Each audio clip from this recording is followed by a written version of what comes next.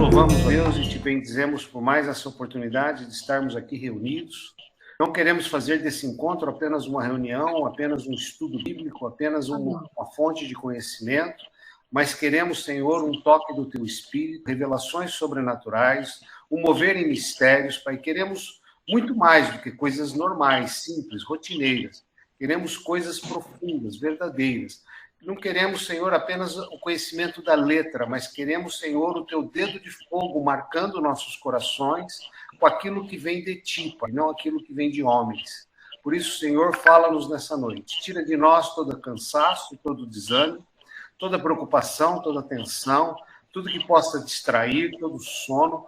Pai, abre, Senhor, os nossos olhos, abre a nossa mente, abre o nosso coração para aquilo que o Senhor tem para nos revelar nessa noite. Em nome de Jesus é que eu oro. Amém. Amém. Amém. Amém. Bom, gente, semana passada a gente estudou a história da igreja, como ela surgiu, que houve, teoricamente, 3 dispensações, uma de Adão a Abrão, de Abrão a Jesus e de Jesus até a volta de Jesus, que é onde nós estamos vivendo, é onde nós estamos operando, que é Jesus até a sua volta, a existência da igreja. E a igreja, ela lógico que a igreja não é prédio, a igreja não é templo, a igreja são pessoas. Jesus, quando voltar, ele não vem pegar uma denominação, ele vem arrebatar, ou vem recolher, ou vem juntar a sua igreja. E a sua igreja somos nós, a todos aqueles que têm o Espírito Santo, todos aqueles que nasceram de novo, todos aqueles que confessam a Jesus como seu Senhor e Salvador. Só que entre nós nascermos de novo ou morrermos, ou a volta de Jesus, nós temos a comunhão dos santos. Então, temos o congregar com os irmãos, que é um mandamento de Deus. Que aqui na apostila você vai ver que fala, não deixemos de congregarmos. Congregar é estar junto, congregar é relacionamento. E é interessante que também a gente vive uma polêmica nesse século e nesse período da história sobre uma igreja individualista, uma igreja que não precisa ter comunhão com os irmãos. Eu sigo a Jesus no meu quarto, eu sigo a Jesus pela internet, eu sigo a Jesus do meu jeito, eu não preciso de ninguém sobre a minha vida, que é uma falácia, que é uma mentira que muitos acabam vivendo, mas por uma falha de transformação muito crucial, é o egocentrismo. É uma vaidade pessoal muito grande, ou um sentimento de sabedoria acima de todos, que faz com que essa pessoa se isole. Não é uma timidez. Aliás, se você olhar a fundo a palavra timidez, você vai descobrir que o tímido é orgulhoso. Muitas vezes a pessoa se faz de tímida, ela fica calada, porque ela acha que não vale a pena falar, as pessoas não entendem o que ela pensa, então ela se coloca num patamar superior e ela fica quieta. Então, assim, a aparente timidez também, por incrível que pareça, é uma forma de orgulho. E o congregar é algo da nossa natureza. Deus criou o ser humano relacional. Ele não criou o ser humano isolado. Ele não criou o homem para viver em caverna. Ele não criou o homem para viver no monastério. Ele não criou o homem para virar monge. Ele criou o homem para se relacionar. Tanto é que nós temos essa cognição desenvolvida no ser humano através do relacionamento. Sem ele, o ser humano perde uma porção de cognições necessárias para o seu desenvolvimento. Por isso que desde a criação, desde quando ele criou o homem, ele vinha todos os dias na viração do dia para ter comunhão com o homem, não só porque ele nos criou com esta necessidade de comunhão, como também ele precisava desenvolver no Adão e na Eva as cognições relacionais. Interessante isso. Nós vamos falar sobre isso mais a fundo Mas, assim, existe na história algumas questões que são muito curiosas, né? Na década de 60, basicamente em 65, teve um ditador da Romênia que chamava Nicolau Ceausescu, na época da Cortina de Ferro, na época da União Soviética. E esse ditador, ele convenceu as pessoas que o governo iria criar um exército universal, um exército de pessoas, de soldados, que seriam treinados desde o nascimento e seriam verdadeiras fortalezas imbatíveis nesse mundo de guerra. E muitas mães, por opção própria, entregaram seus filhos ao governo. E o governo criou um monte de creche. Eram mais de 100 mil crianças para serem treinadas desde o nascimento para serem soldados. E isso só foi descoberto depois que caiu a Cortina de Ferro, depois que derrubaram o Muro de Berlim, quando a Romênia abriu as portas e o Ocidente entrou na Romênia. E isso, na época que houve essa abertura e que se entrou na Romênia, eles descobriram aproximadamente 170 mil crianças órfãs. Todas elas, quer dizer, a grande maioria delas, com problemas cognitivos. Ou seja, algumas cegas, outras surdas, outras com problemas mentais e vários outros tipos de problemas por falta de relacionamento humano. E o que os médicos do Ocidente descobriram é que até os 2 anos de idade as crianças ainda recuperavam suas conexões cerebrais e suas cognições. Ou seja, criança cega com 1 ano e meio, com colo, com carinho, com relacionamento, com um toque humano, passaram a enxergar. Crianças surdas passaram a ouvir.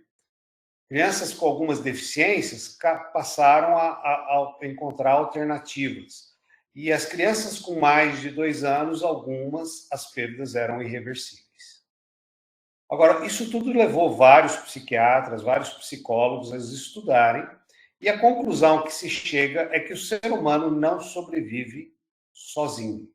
A ideia do Tarzan, ela fica bastante questionada, porque um bebê que mama num macaco, ele provavelmente vai ter deficiências auditivas e deficiências de fala e deficiências, às vezes, até de visão para o resto da vida. Isso se não tiver problemas neurológicos.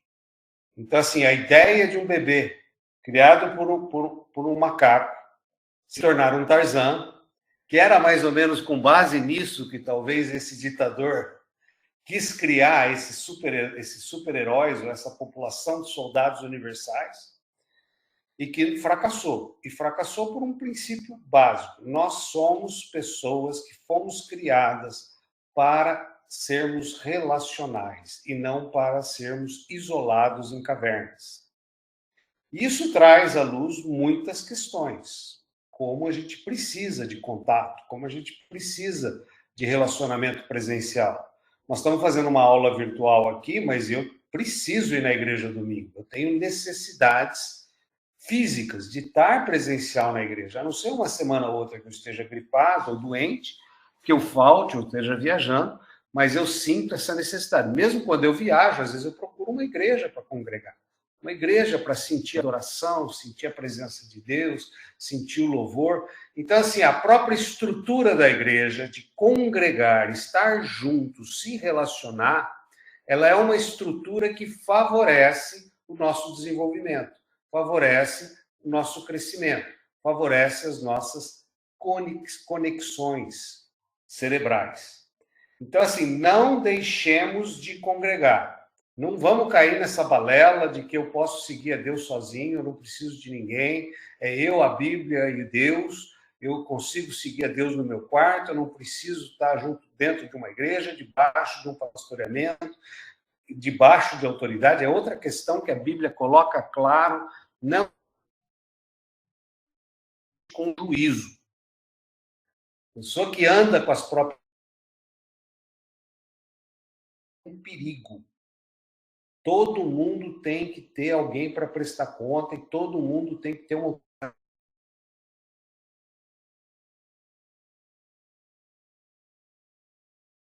pé pelas mãos.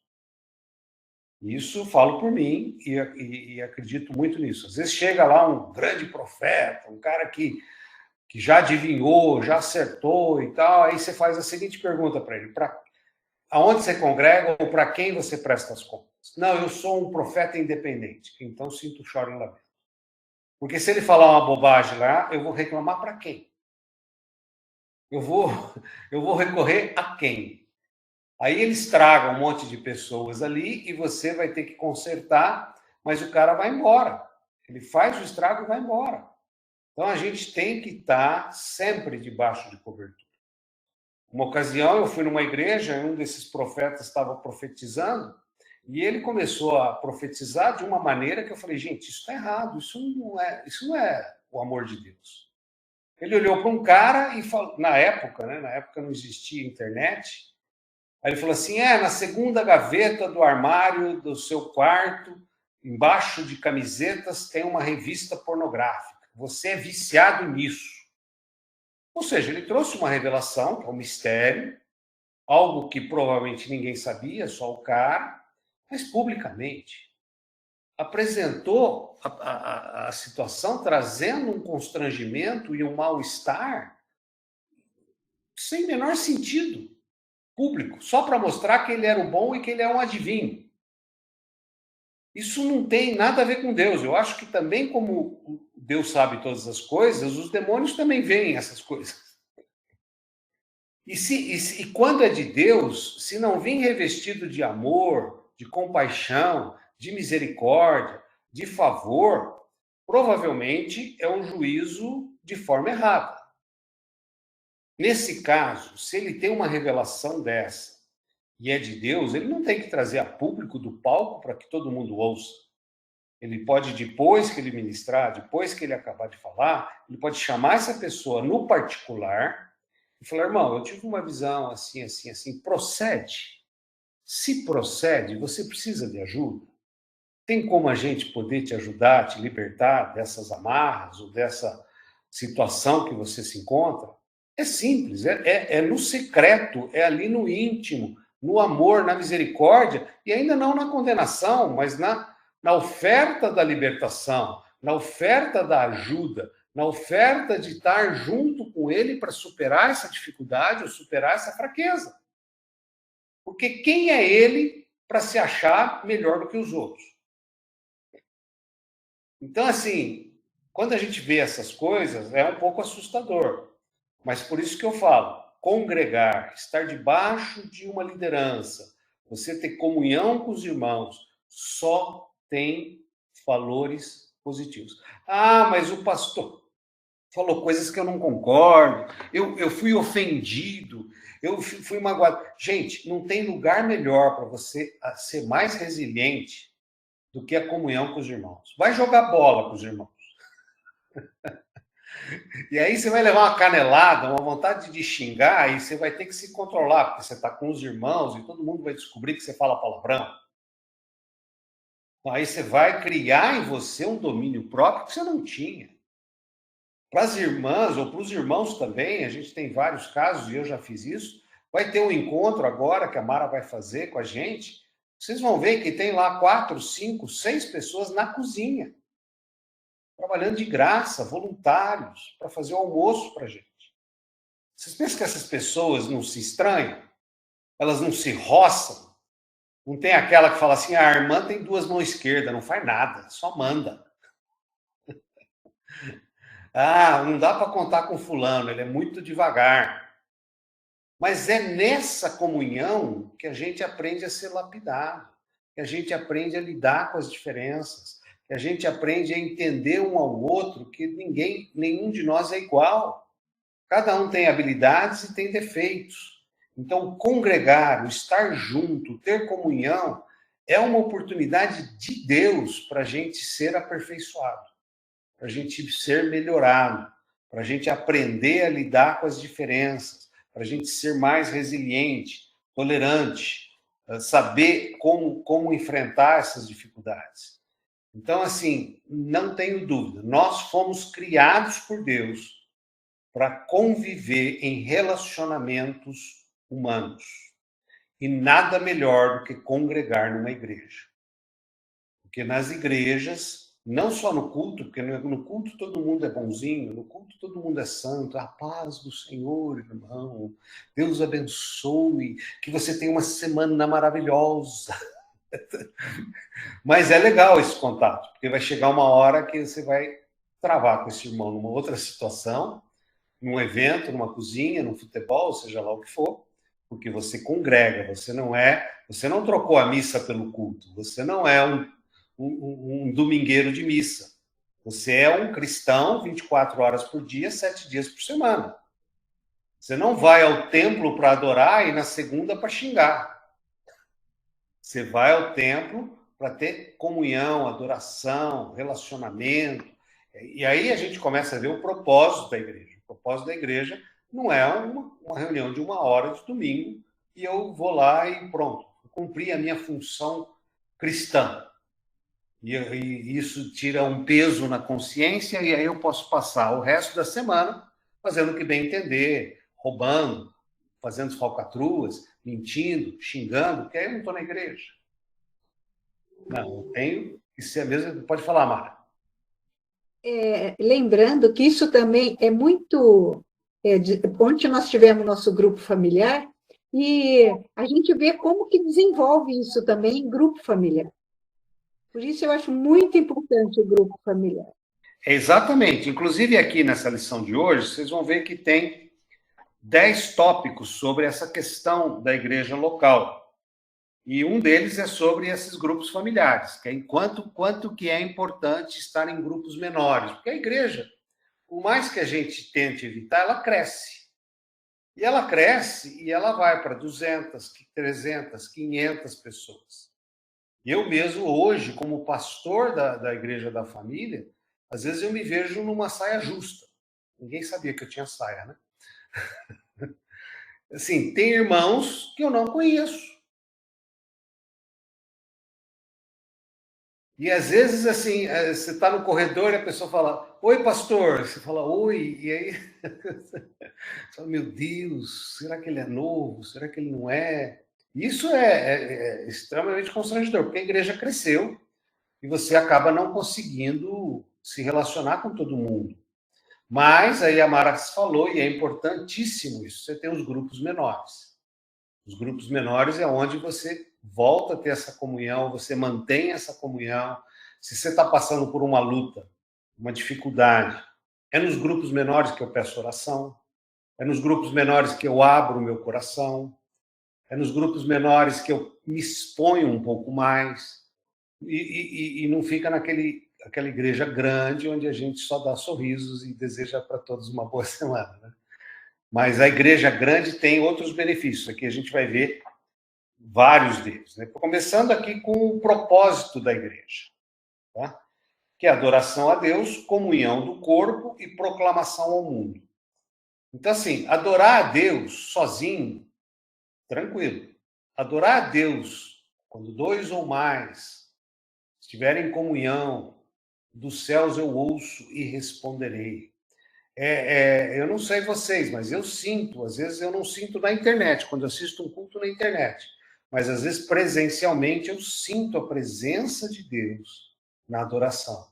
E é interessante, porque às vezes, por exemplo, você chega na igreja frio, acho que isso nunca aconteceu com vocês, e aquele louvor, você está ouvindo, às vezes você está lendo a letra lá na projeção, mas você está com a cabeça em outro lugar, você está pensando em outras coisas, você não está atento àquilo.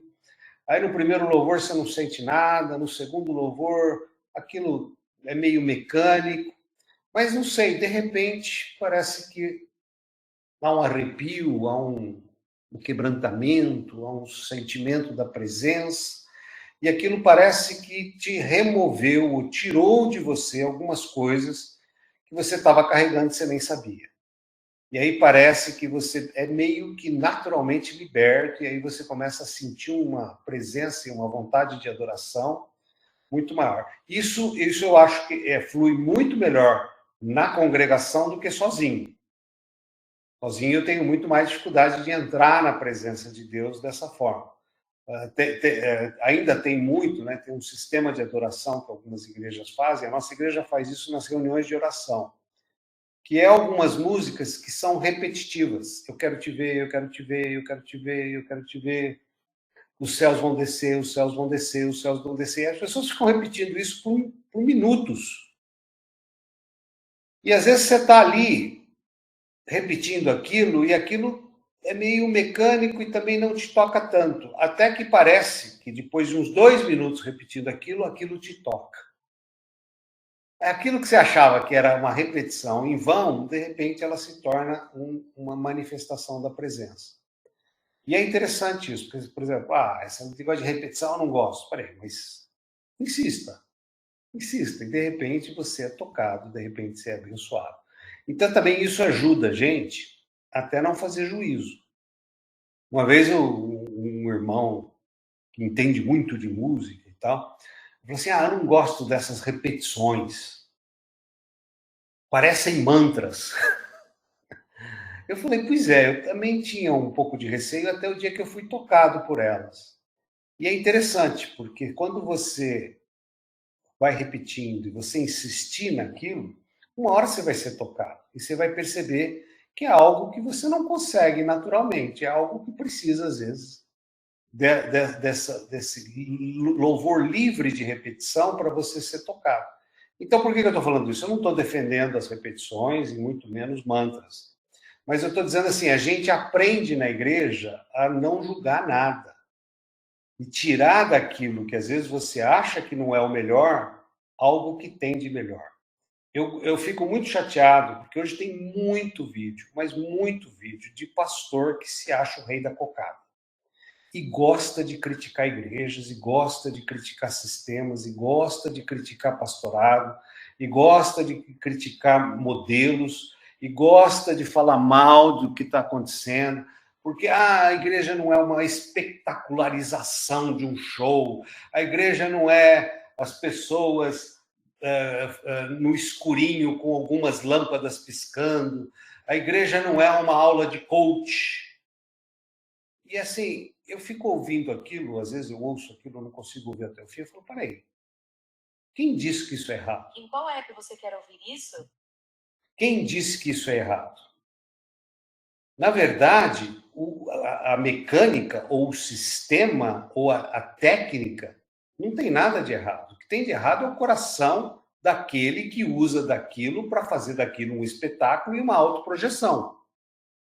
As técnicas de coach são fantásticas. Eu sou de uma época onde o pastor usava um instrumento que chamava sermonário. Isso é uma técnica. Eu dou um sermão, eu faço um resumo, e aquele resumo e o tema eu coloco numa pasta, e daqui a pouco eu tenho 500 sermões. E aí um dia eu vou chamado para pregar em algum lugar, e eu estou sem inspiração, eu vou lá no meu sermonário, pego um sermão que eu já fiz, normalmente aqueles que deu um pouco mais de ibope, que você recebeu mais elogio, e vou lá pregar aquela pregação do sermonário. E aí agora eu vou criar uma tese de que quem tem sermonário não é inspirado pelo Espírito Santo, quem tem sermonário não serve. Não, o sermonário nada mais é do que um resumo da palavra de Deus ministrada. Então, assim, o que eu estou querendo dizer com isso é que a crítica pela crítica é muito ruim. Eu ter o teto preto, ter luzes, nada disso está errado se ajuda as pessoas a terem mais comunhão com Deus. Isso só está errado se isso vira uma espetacularização. Aí sim, talvez seja errado. Mas não há tantas igrejas assim que eu já frequentei que eu vejo isso dessa forma tão assuntosa. Mas quando alguém prega sobre isso, parece que não, tem razão, que horror, que não concordo com ele, está errado. Quer dizer, cria um espírito maligno de a gente começar a lutar contra a gente mesmo. É crente falando mal de crente. É o que o diabo ama fazer. É exatamente o que o diabo quer fazer. E tem disso dentro da igreja. Por exemplo, Estou falando aqui para vocês entenderem a igreja local, e é importante isso, porque nós estamos ali para ser pacificadores. Nós estamos ali para ser aperfeiçoado, para ser ensinado, para ser lapidado. Chega um irmão para mim e fala assim: você acha que Noé, olha a artimanha, você acha que Noé era vegetariano ou não? Aí você responde a sua opinião. Aí ele fala assim: mas o pastor fulano não concorda com você. Olha o fermento. Uma teoria, não é uma verdade absoluta, é uma teoria. Uns dizem que era carnívoro, outros dizem que era vegetariano. Então, existem duas teorias. Aí o cara pega uma teoria, que não é uma verdade absoluta, ninguém tem 100% de razão, e transforma aquilo num fermento de briga. Ou seja, ele pede sua opinião, não para saber a sua opinião. Ele pede sua opinião para achar em você alguma contradição com outro pastor da mesma igreja e jogar você contra o outro. Gente, isso é tão sutil que, se não tiver antenado, você passa a ser esse instrumento de trevas. Porque às vezes você vai ouvir uma coisa que você não concorda com aquele pastor. Aí você quer ouvir uma outra opinião. E aí você vai querer ficar fazendo com que a tua opinião prevaleça. E isso pode ser um jogo muito ruim. Por exemplo, eu já vi pessoas que foram pedir opiniões e eu pedir opinião para 4, 5 pastores e para azar dessa pessoa, todos deram a mesma opinião. Mas ela continua insistindo até um dia que ela achou um pastor que concordava com ela. Aí, inclusive, ela saiu da igreja e foi para a igreja desse pastor, porque era o único que tinha uma opinião contrária da dela. E aí, depois de 3 anos, ela tinha um problema pessoal muito grave, ela não conseguiu resolver o problema, e ela falou: mas pastor, o senhor falou que eu ia resolver esse problema. Aí o pastor virou para ela e falou assim: olha, eu posso fazer uma terapia em você me paga R$3.000 e a gente faz uma terapia. Pô, mas o senhor me conhece há 3 anos, sabe que eu não tenho dinheiro? Falei: mas então você vai juntar dinheiro, o dia que você tiver, a gente trata do seu problema. Então, assim, querer ouvir a resposta que você quer ouvir, nem sempre é a resposta de Deus. Então, assim, conviver com os irmãos, congregar, é o lugar certo para a gente aprender a conviver. E transformar teses, teorias em verdades é um perigo. A gente tem que sempre procurar ouvir a opinião, a multidão de conselheiros, a sabedoria, mas nunca radicalizar também, nunca levar a ferro e fogo. Porque, por exemplo, infelizmente, nós temos nas igrejas evangélicas do Brasil hoje um grupo de crentes que a gente chama de passantes. Ele vai numa igreja até o dia, ele ama porque aquele louvor é maravilhoso, porque o pastor tem uma palavra linda, e ele fica naquela igreja, até o dia que ele ouve uma frase ou uma pregação que não foi do agrado dele. Aí já é o suficiente para ele largar aquela igreja e ir para outra. E ele nunca vai achar uma igreja que o agrade 100%. Nem Jesus agradou 100%. Conviver com as diferenças, conviver com pensamentos diferentes, é natural. Nós somos, na nossa igreja hoje, 8 pastores, e nós temos divergências entre nós, mas nós temos muito mais convergências do que divergências. E o que a gente faz é buscar trabalhar as divergências com o Espírito Santo, para que a gente possa crescer, possa ser lapidado, possa ser melhorado. Então, às vezes, por exemplo, a gente tem unidade, tem horas que nem todo mundo concorda, mas chega um momento que o Espírito Santo coloca no coração dos que não concordam para concordar, porque é o melhor para o reino, é o melhor para a congregação, é o melhor para o momento. E depois, se ainda não há um convencimento, o Espírito vai convencer quando for necessário. Então, assim, a gente não vai ficar carregando alguns ranços ou algumas brigas sem necessidade. E isso também vale para o casamento, isso também vale para o relacionamento familiar, isso também vale para marido e mulher, pais e filhos e tudo mais. Porque a igreja, no fundo, ela é uma família. E é o lugar para a gente crescer. Então, assim, adorar a Deus, comunhão no corpo, que é esse relacionamento, E proclamação ao mundo, evangelizar, levar as pessoas que não conhecem Jesus no caminho da salvação. Pessoas que estão no caminho das trevas para conhecer o caminho da luz. Isso é um dos propósitos da igreja, é o ide por todo mundo e pregar o evangelho a toda criatura. E por que a gente quer convencer as outras pessoas que não são cristãs a serem cristãs sem sermos chatos, né? Porque eu quando era recém-convertido, eu virei um chato. Eu queria que todo mundo da minha família se convertesse, eu queria que todo mundo seguisse o caminho de Jesus e acabei ficando até isolado da família porque eu virei o cara que só tinha um assunto na pauta, né? E aí você vai aprendendo com a maturidade, com o seu testemunho de vida, e aí as pessoas vão se quebrando e a coisa vai fluindo. Então, assim, evangelizar é um assunto que está sempre. A gente quer que todo mundo se converta, porque a gente sabe que é bom para a gente e a gente quer esse bem para o outro. Mas a gente vai convencer muito mais com as nossas ações do que com nossas palavras. Então, é importante falar na hora certa, no momento certo. Então, aí tem que ter um discernimento do Espírito. Assim, eu particularmente acho fundamental essa vida em comunhão, esse congregar, esse estar junto. Por exemplo, a igreja hoje, o pastor Vanderlei, todos que chegam na igreja, ele tenta captar os ministérios, ou os dons, ou as habilidades de cada um. Tem gente que é muito bom para relacionamento, para boas-vindas, para saudação. Então, essa pessoa tem que ser colocada na portaria, essa pessoa tem que ser colocada nesse relacionamento de boas-vindas.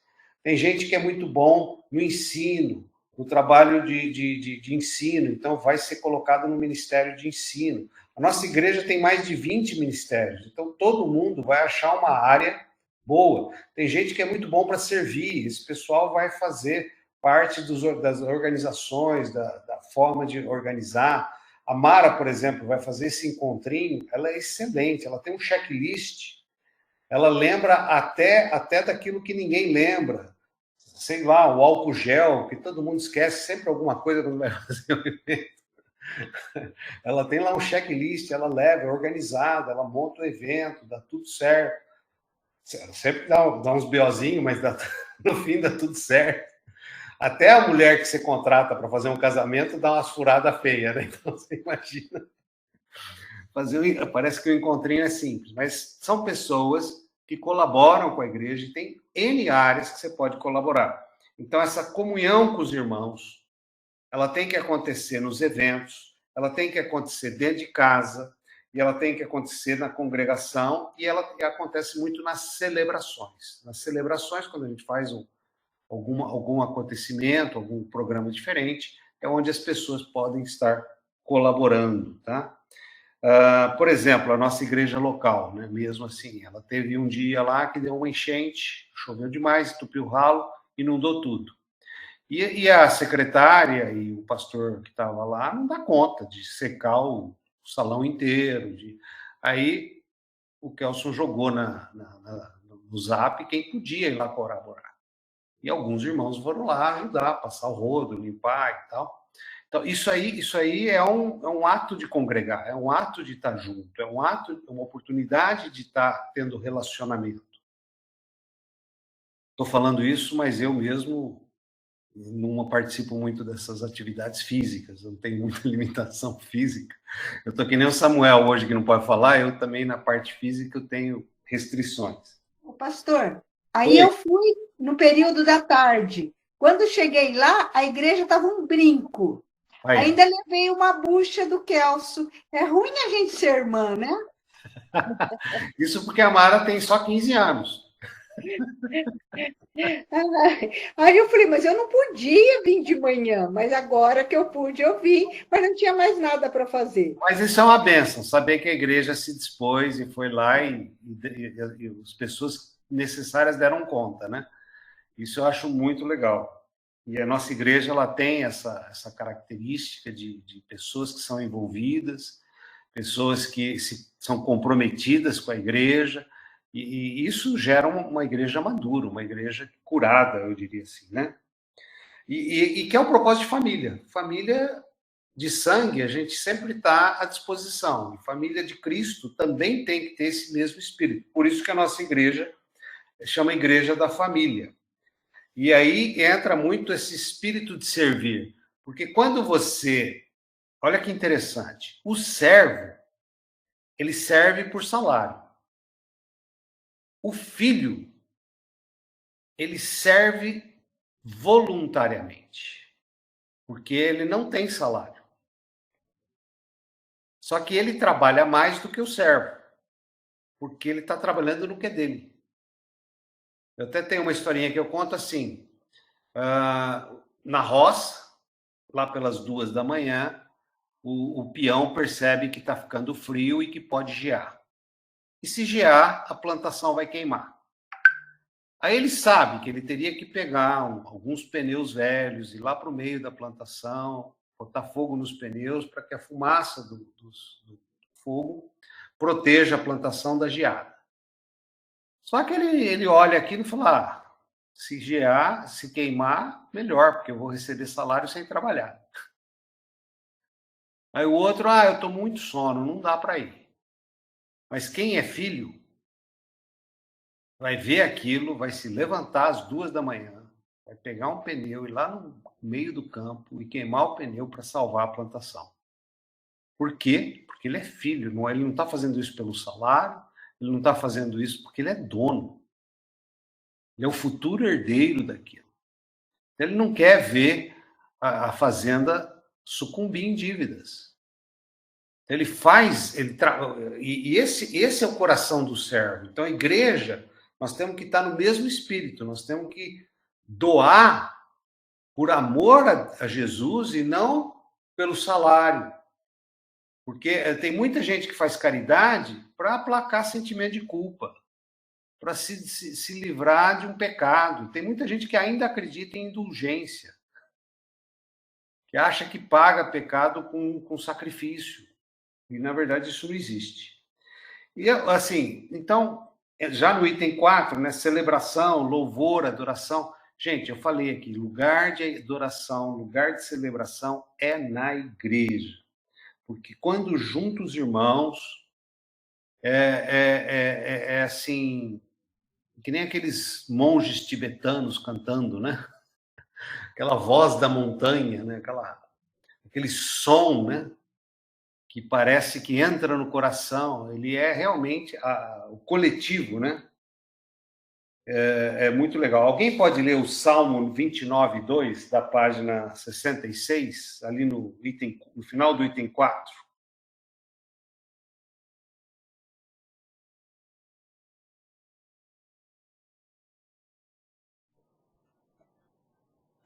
Ninguém fez a lição? Salmo 29, né? Isso. Dai ao Senhor a glória devida ao seu nome. Adorai ao Senhor na beleza, na sua santidade. Isso. Então, você imagina que na igreja, você que é meio nostálgico, a nossa adoração, ela abre os céus, e os céus descem, e nós subimos. Imagina um canto gregoriano.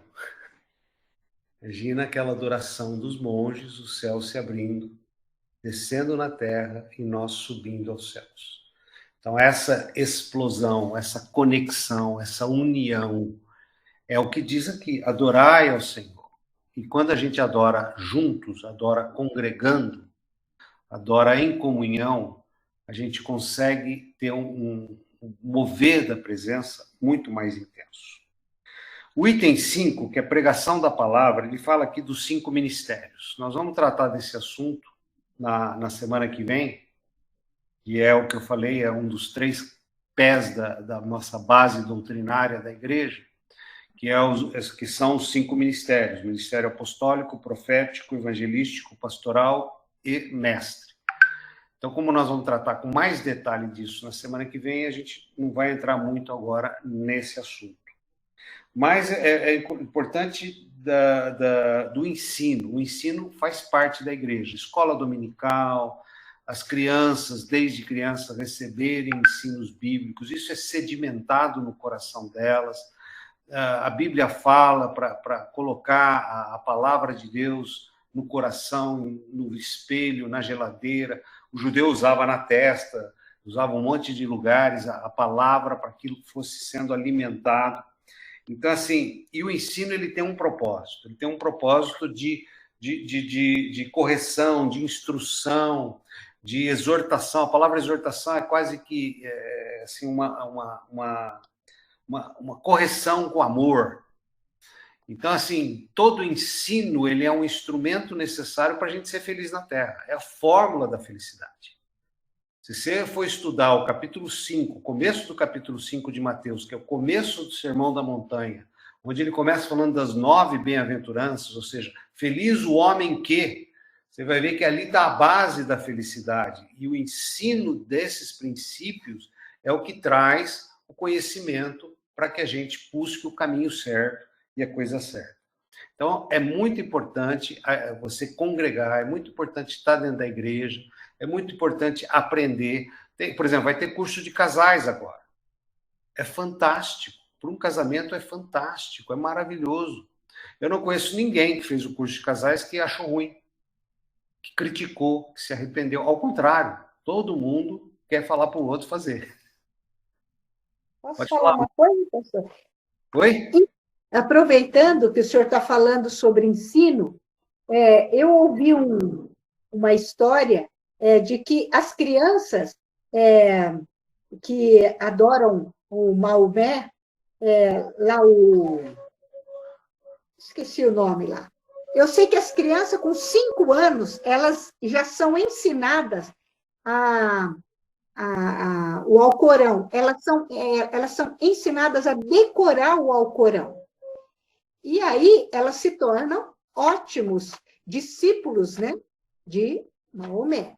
Aí, e o que acontece? E a gente, às vezes, até essa pessoa faz essa ressalva, que está na igreja já faz 10 anos e nunca leu a Bíblia inteira. Então, a importância da gente, porque é o fundamento, né? Quando o senhor fala lá, o tripé, que é a palavra, porque o que vai te sustentar numa crise vai ser você estar firmado naquilo que você criou raízes dentro de você. Então, a gente é pouco o que a gente sabe da palavra, a gente tem que procurar conhecer mais a palavra. Se eu passo X tempo, eu tenho que procurar passar mais tempo ainda com ela, porque é na crise que eu seguro as pontas e permaneço firme em Jesus. Amém, amém. E você vê que o judeu também, né? Ele tem essa prática de ensinar a criança a ler as escrituras, porque desde pequeno ele quer inculcar na cabeça da criança o caminho. E nós, cristãos, acabamos negligenciando nesse processo. E aí, infelizmente, nós temos uma luta, acho que todos têm também hoje, que é na adolescência ou na juventude, e o nosso sistema educacional no Brasil está totalmente corrompido, e a igreja tem perdido muitos jovens para o mundo, porque não foram enraizados, não foram fundamentados na palavra. E aí os valores imorais acabam ganhando um espaço indevido no coração deles, curiosidade e tudo mais, e acaba afastando eles da igreja. Mas eu também creio num Deus que os recolhe de volta, porque também acho que nós deveríamos ser um pouco mais incisivos, mas, por outro lado, nós temos algo que os outros não têm, que é a liberdade. O cristão é a única religião livre, de livre-arbítrio, de livre escolha, porque Jesus sempre quis que nós escolhêssemos ele nunca impôs ser escolhido. E os outros acabam vindo por imposição, por medo, a maioria deles, eles são dominados pelo medo. Mas a Mara tem razão. E se eles fazem isso de uma forma errada, vamos nós fazer da forma certa, né, Mara? Imagina a bênção maior ainda, né? Então, assim, a importância de congregar, a importância de estar na igreja, a importância de estar com os irmãos, é principalmente por essas oportunidades. Nós estamos aqui fazendo um estudo que está crescendo e está nos abençoando. Não só vocês que estão recebendo o ensino, como eu mesmo que ministro, cada vez que eu ministro, eu estou sendo mais abençoado ainda. Porque isso também vai enraizando na minha mente, vai impregnando no meu coração. O aconselhamento é algo que a igreja faz, que assim, as pessoas elas até abusam do aconselhamento da ação pastoral, né, do gabinete pastoral. Porque o pastor e o aconselheiro, no meio cristão, ele é que nem um pai. Ele vai aconselhar, ele vai orientar e ele vai cuidar. E ele faz da melhor forma possível. Mas parece que nem um adolescente, que a pessoa, quando tem um conselho de graça, não dá valor, né? Ela tem que pagar o psicólogo. Aí, quando o psicólogo fala, ela ouve. Então, assim, mas a gente não quer entrar nessa seara, realmente a gente faz isso por amor, e é importante o aconselhamento. Quando há algumas brigas, casal, ou briga de pai e filho, porque dentro do círculo familiar há muito desgaste. E às vezes tem que vir um terceiro, tem que vir alguém com autoridade para poder dar um conselho, para poder dar uma orientação.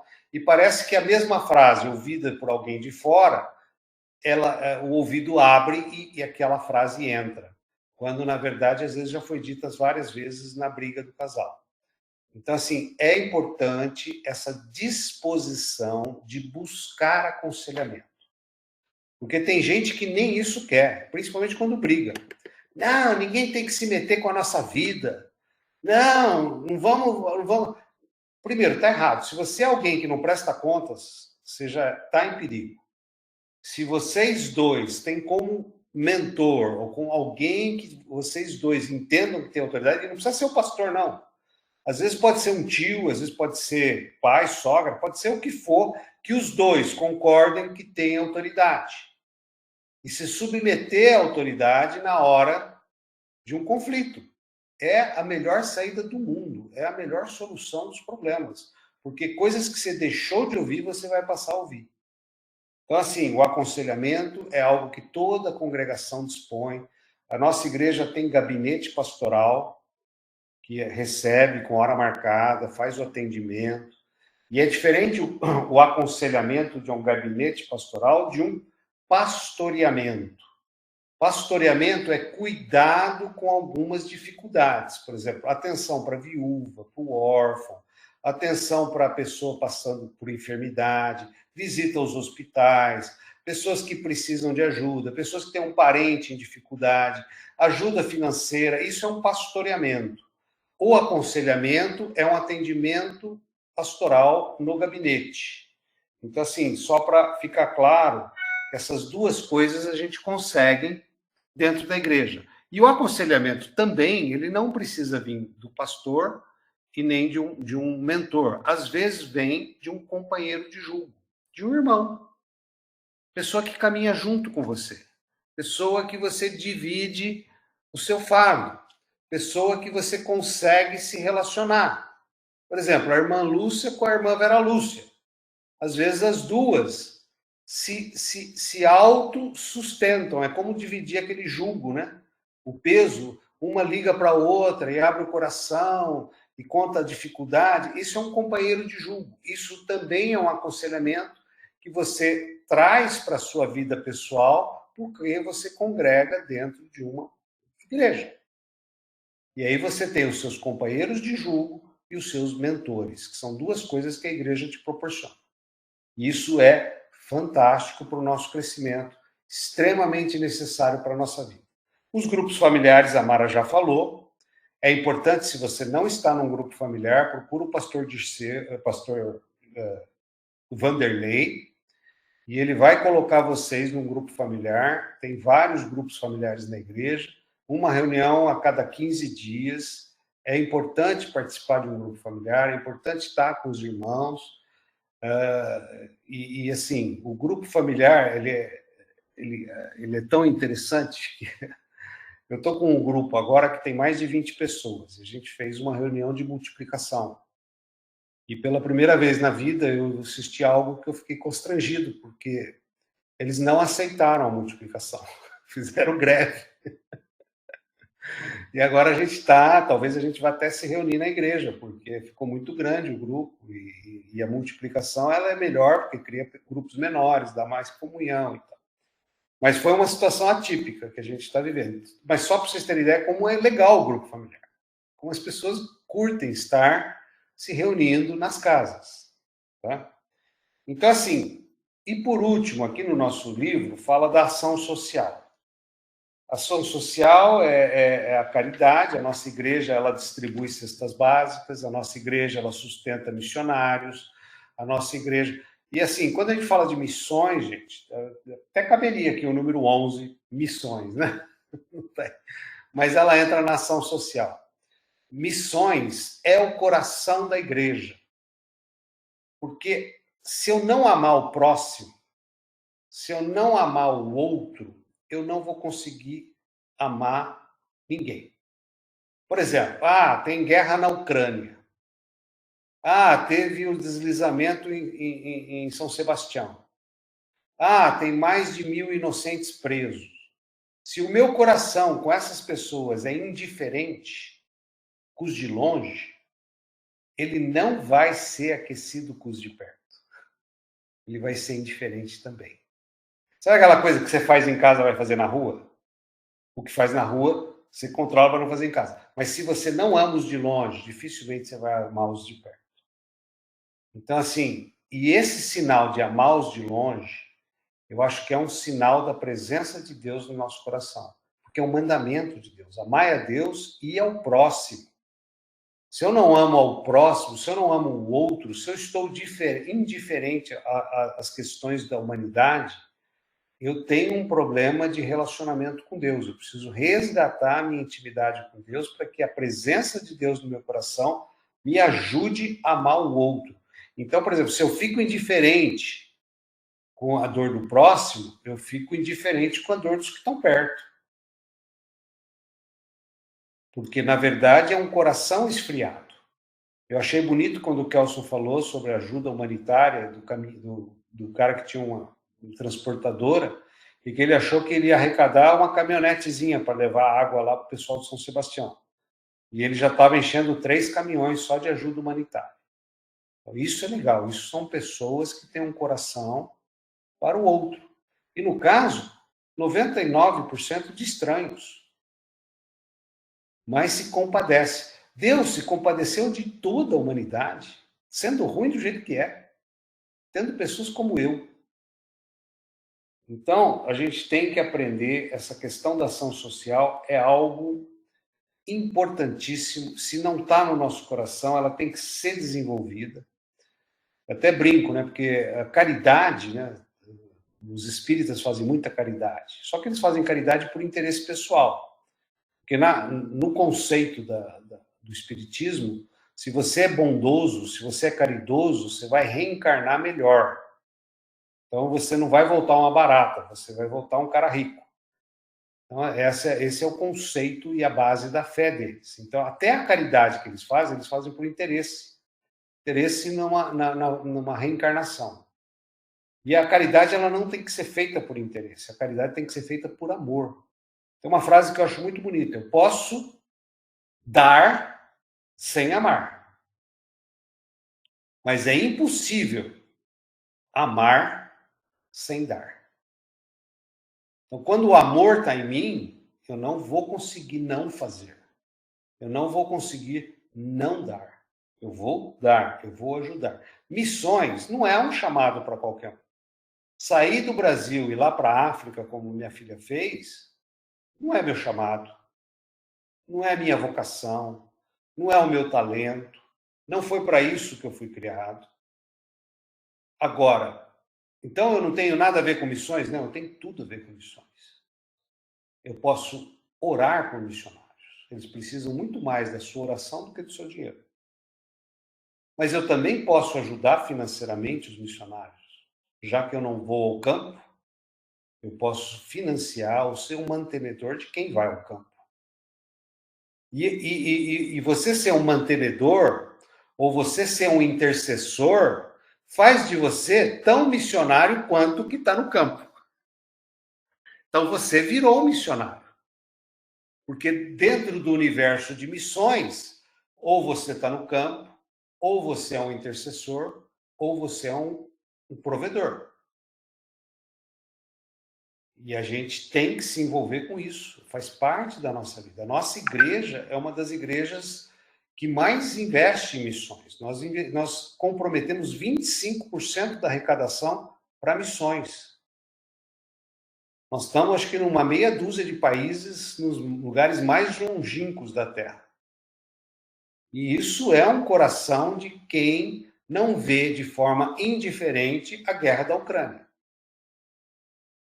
É um coração de quem se compadece. Nós temos, recentemente, foi o Lucas na igreja, que está recebendo refugiados na Turquia da guerra da Síria. Nós financiamos parte do ministério dele para ele fazer esse trabalho de amor com os refugiados sírios. Então, assim, é muito importante você estar envolvido com esse amor ao próximo, com a ação social, com essa visão do outro, porque isso é o segundo mandamento de Deus. E eu vou dizer mais uma coisa para fechar o dia de hoje. Se você não ama o próximo, você não se ama. Porque fala, amar ao próximo como a si mesmo. Se você não é capaz de se amar, você não vai amar o outro. Então é algo que você precisa desenvolver, se amar. Fala, Mara. Pastor, fala um pouco sobre o nosso trabalho social na Vila Olímpia, que você também é ou foi voluntário lá há muito tempo. Então, eu falei, a igreja tem mais de 20 ministérios e mais de 20 oportunidades de vocês ajudarem. Na Vila Olímpia, nós temos lá uma ONG, né? Que ela tem várias atividades. Ela dá aula desde alfabetização para as pessoas. Porque a Vila Olímpia é um bairro bastante distante, bem periférico. Então, tem aula de alfabetização para as pessoas do bairro que não sabem ler e escrever. Tem aula de computação, ou TI, né? Tecnologia da informação, para os jovens, para aprenderem e se prepararem para a candidatura para empregos. Tem aula de inglês para aquela moçada, tudo gratuito. Tem aula de taekwondo, que é luta, porque é uma maneira de pacificar toda a energia daquela juventude e ter disciplina. E eles estão super empolgados, eles têm uniforme, agora estão começando a participar de campeonatos. Nós temos um trabalho que no mundo existe também, eles chamam de anjo empresarial. Lá nós chamamos de investimento no reino, que a gente financia algumas pessoas do bairro para o empreendedorismo. Por exemplo, lá na Vila Olímpia, a gente já financiou uma farmácia, já financiamos supermercado, já financiamos uma mercearia. E a pessoa ela é financiada, ela abre aquele negócio e depois ela paga o financiamento. Tem alguns empresários da igreja que ajudam essas pessoas a começarem uma atividade comercial. E assim, o pastor que nós perdemos da Vila Olímpia, que é o Valmir ele tinha um supermercado. E ele era super grato pela igreja, justamente porque a igreja financiou o supermercado dele, ele honrou todos os pagamentos, mas mais do que honrar os pagamentos, o Valmir, ele era um coração extremamente generoso com os irmãos da igreja. A pessoa passava lá, estava com fome, ele pegava um saco de arroz, um saco de feijão, ele pegava as coisas do supermercado e dava para as pessoas. Então, assim, a igreja abençoou e a igreja foi abençoada, porque os próprios irmãos acabaram recebendo uma porção de bênçãos dessa bênção. Então, assim, ação social é um trabalho que vale a pena se envolver. E assim, lá a gente tem algumas pessoas que têm um chamado para isso. É o que eu falei, é quase que um trabalho missionário, né, Mara? A Maria, que está lá cuidando lá desses jovens, dessas crianças. E também tem um trabalho da terceira idade. Ela assim, eu tenho minha sogra que mora aqui. Você sabe que a pessoa idosa, ela às vezes chega uma fase que ela precisa de cuidadora. E ela tem um problema sério, que é a falta de atividade. Ela fica o dia inteiro dentro de casa. E lá eles recebem os idosos assim, uma tarde ou 2 tardes por semana. Então, assim, para quem cuida, é um alívio. Poxa, Terça e quinta à tarde eu levo a pessoa lá, e aí eles têm um monte de atividade com os idosos, e a pessoa que cuida fica livre aquelas 2 tardes por semana. Então, também é um trabalho voluntário muito bonito. E, gente, trabalho não falta. Trabalho, o que falta são voluntários, mas trabalho não falta. Então, assim, é muito legal. E a gente fecha essa lição com essa ação social, porque é algo que realmente a gente sente que está no caminho certo. Como igreja local, o que nós fazemos, o que procuramos fazer, o que a gente tenta aperfeiçoar, o que não está bom, como melhorar. E a gente precisa de vocês. A igreja é um organismo vivo, ela não vive sozinha, ela vive graças a vocês. Amém? Vamos orar? Só antes da oração, vai ser levado mais coisa lá para o litoral, e que está sendo ainda, porque muita gente levou depois. Então, ainda está sendo arrecadado roupas, toalhas, tudo o que precisa, né? Calçados, e ainda estão recolhendo na igreja, porque o Carlos vai levar lá para como é que fala? Lá para o litoral.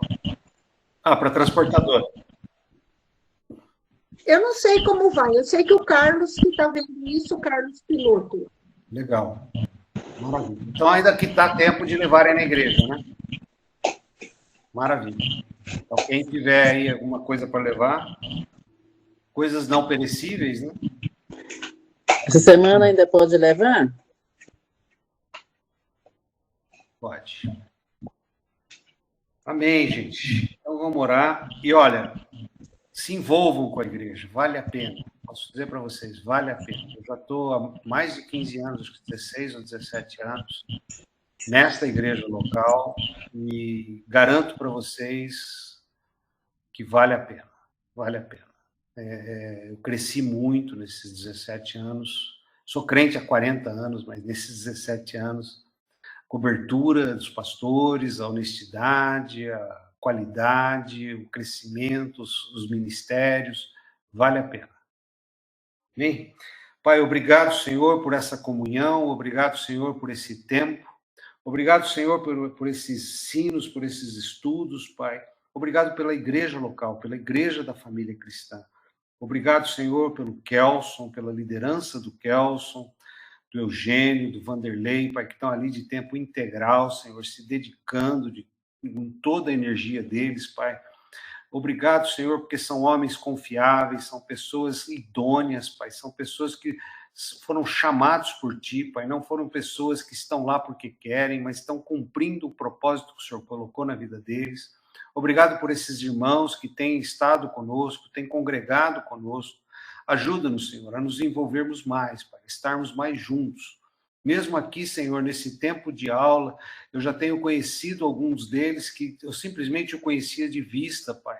Mas só o fato de estarmos juntos nessas aulas já nos aproxima, já nos dá um sentimento de conexão, de intimidade muito maior, Pai. Obrigado, Senhor. Abençoa, Senhor, a cada um de nós e que cada um encontre realmente um companheiro de julgo, um amigo para estar ombro a ombro, cada um realmente tem um mentor, tem um pastor sobre a sua vida, tem alguém que possa prestar conta, que cada um, Senhor, se envolva nos ministérios, se envolva, Senhor, nas atividades dos eventos, nas atividades rotineiras, Senhor, de ensino, de recepção, de louvor, de adoração, Pai, de cuidar das crianças, Senhor, que cada um ache seu talento e esteja ali ministrando aquilo que o Senhor deu de bênção sobre a vida deles, Pai. Obrigado, Senhor, em nome de Jesus é que oramos. Amém.